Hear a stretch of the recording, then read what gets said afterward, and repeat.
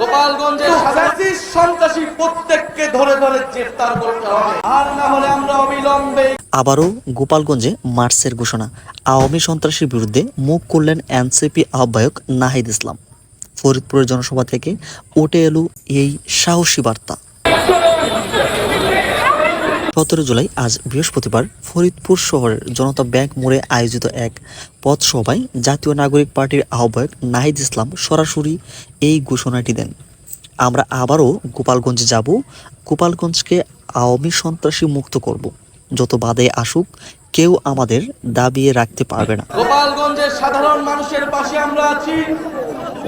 আমরা আহ্বান জানাতে চাই সরকারের কাছে, গোপালগঞ্জের কোনো একজন সাধারণ মানুষকে যাতে হেনস্থা না করা হয়, কিন্তু ফ্যাসিস্ট সন্ত্রাসী প্রত্যেককে ধরে ধরে গ্রেফতার করতে হবে, আর না হলে আমরা অবিলম্বে গোপালগঞ্জে এবার মার্চ করব। বিচার আদায় না করে আমরা রাজপথ থেকে উঠে যাব না।